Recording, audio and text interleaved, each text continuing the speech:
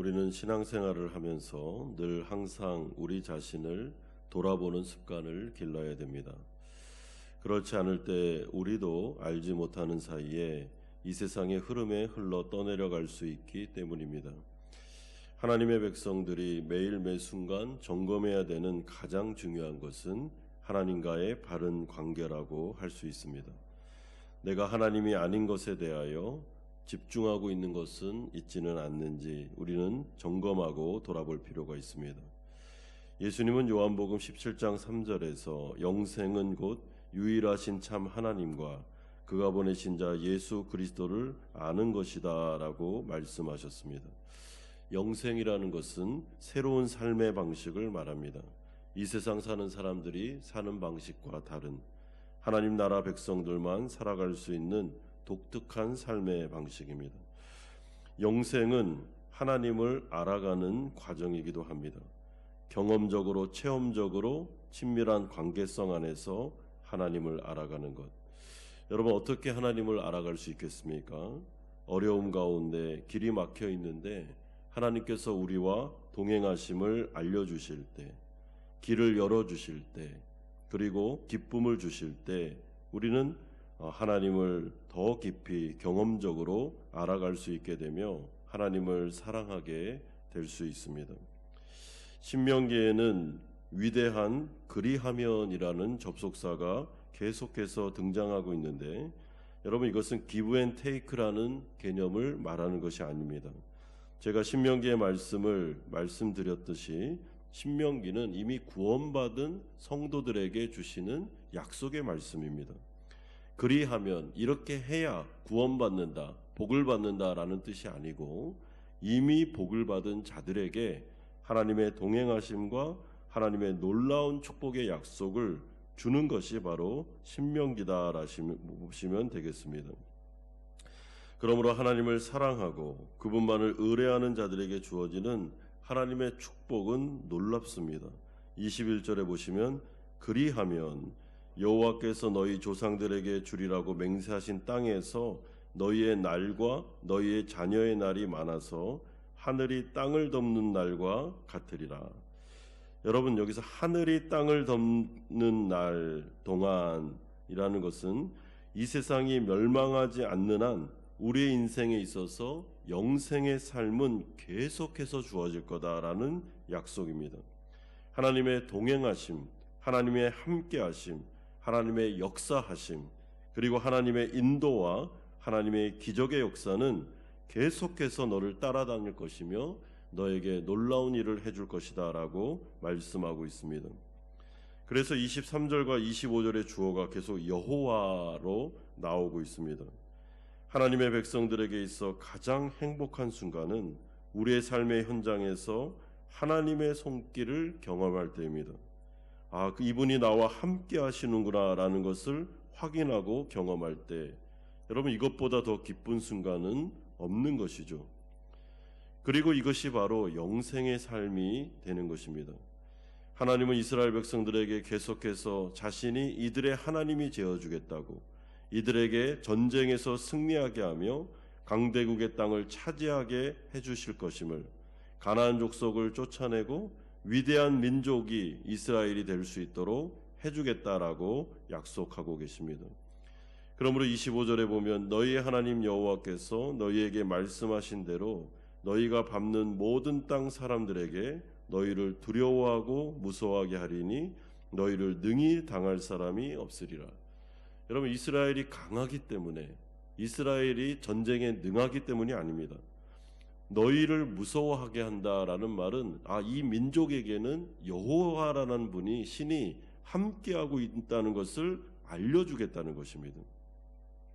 하나님께서 함께하시는 증거들이 이스라엘 백성들의 삶 가운데 계속 나타나게 해주겠다라는 것이죠. 여러분, 이것은 기적을 일으켜주겠다는 약속과 똑같습니다. 믿지 않는 사람들이 바라볼 때, 저 민족은 어떻게 저렇게 연약한데 가나안 땅을 정복하고 가나안 민족을 내쫓고 어떻게 저렇게 살아갈 수 있어? 라고 하면서 그 비밀은 전능하신 하나님이 함께 하시기 때문이야 라는 것을 알려주겠다는 것이죠.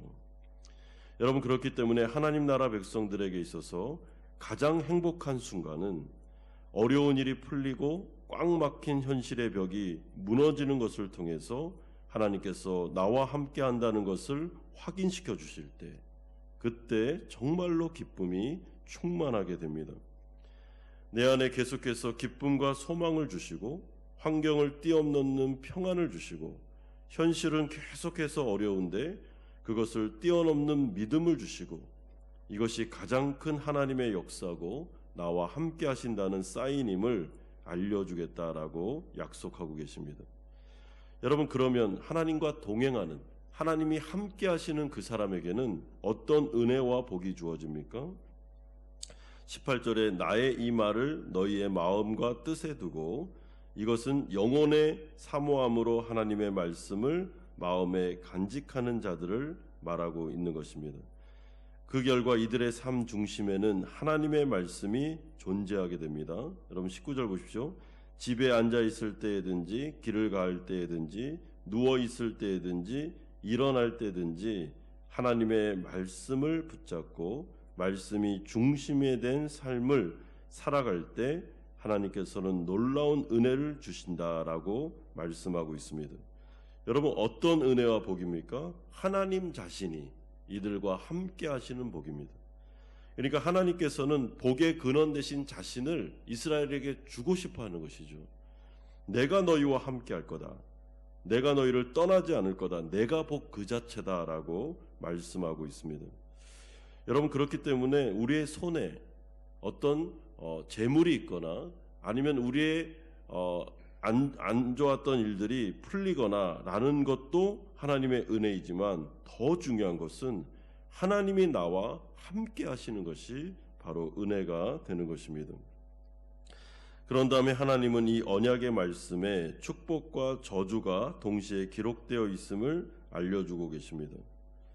여러분, 이건 역시 하나님과의 바른 관계를 의미하는 것입니다. 즉 하나님을 사랑함으로 그의 말씀을 듣는 자에게는 하나님의 복이 약속되지만 그렇지 않고 우상을 섬기는 자들에게는 저주가 임하게 된다라고 하는데, 이걸 신약의 버전으로 말하면 이 저주라는 것은 책망, 그러니까 징계를 의미하는 것입니다.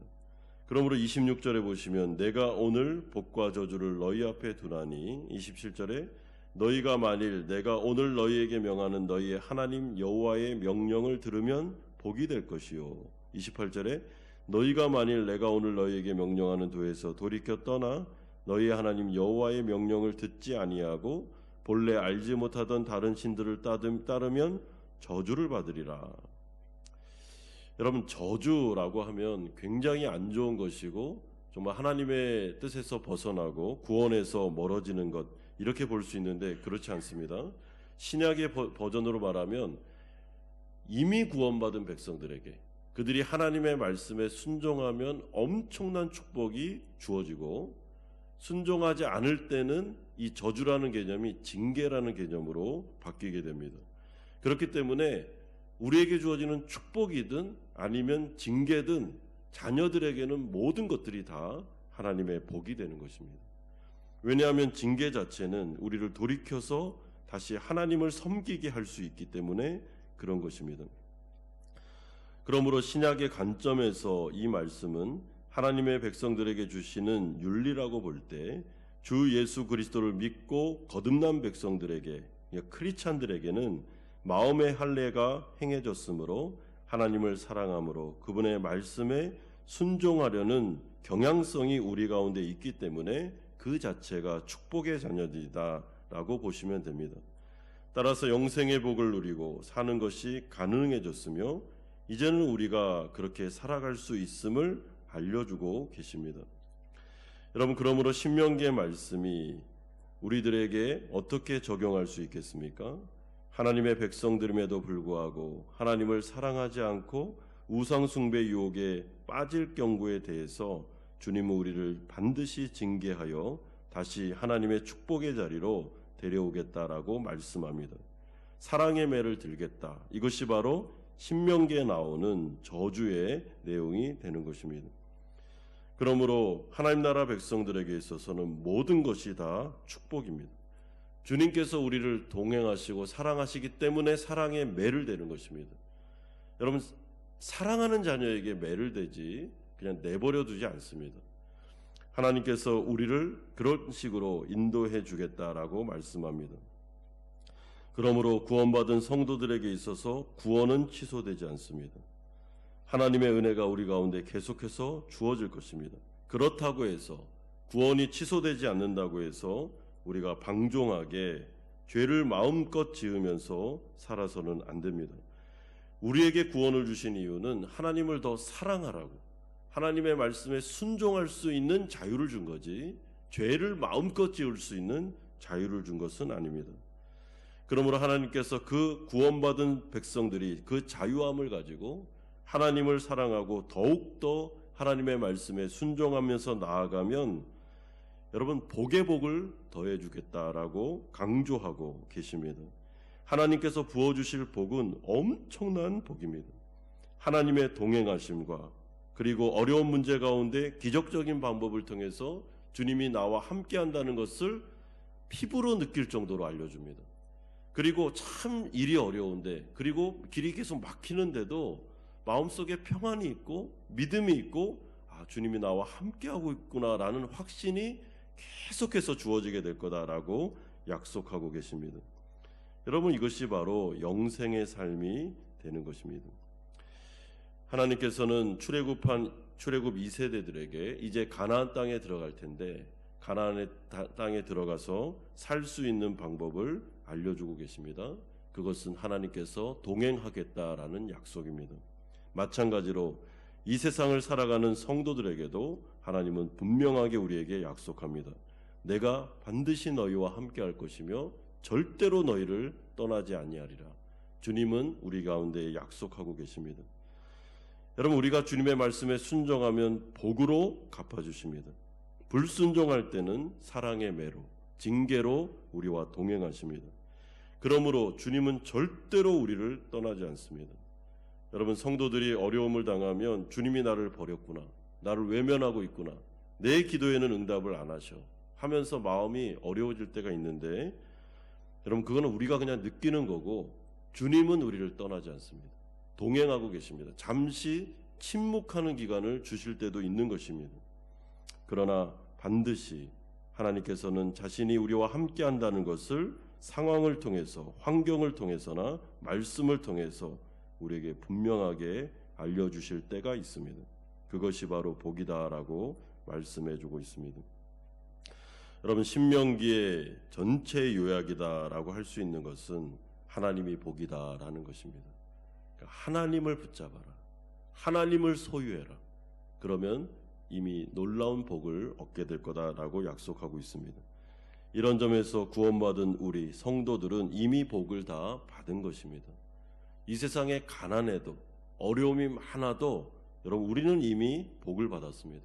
구원받았고 하나님이 우리의 하나님이 되셨고 우리와 동행하고 계시니 여러분, 우리는 자족할 수 있는 것입니다. 오늘 이 새벽에도 하나님께서 나와 동행하고 계심을 믿으십시오. 어려운 일을 당하든지 길이 막히든지 아니면 순탄한 길을 당하고 있든지 상관없이 영원히 하나님은 나를 떠나지 아니하실 것이며 나와 동행하고 계심을 믿고 그분에게 우리의 모든 부분을 기도로 말씀드리고 하나님께서 이 어려운 길을 피할 길을 달라고, 그리고 동행하여 주시며 기적을 베풀어 주시며 또한 놀라운 하나님의 은혜를 달라고 기도할 때 하나님은 그 기도에 응답해 주실 것입니다. 이 약속의 말씀을 믿고 오늘 이 새벽에 우리의 기도 제목을 가지고 들어가 하나님 앞에 응답받는 귀한 놀라운 시간이 될 수 있도록 주님을 바라보는 시간이 되시기를 축원드립니다.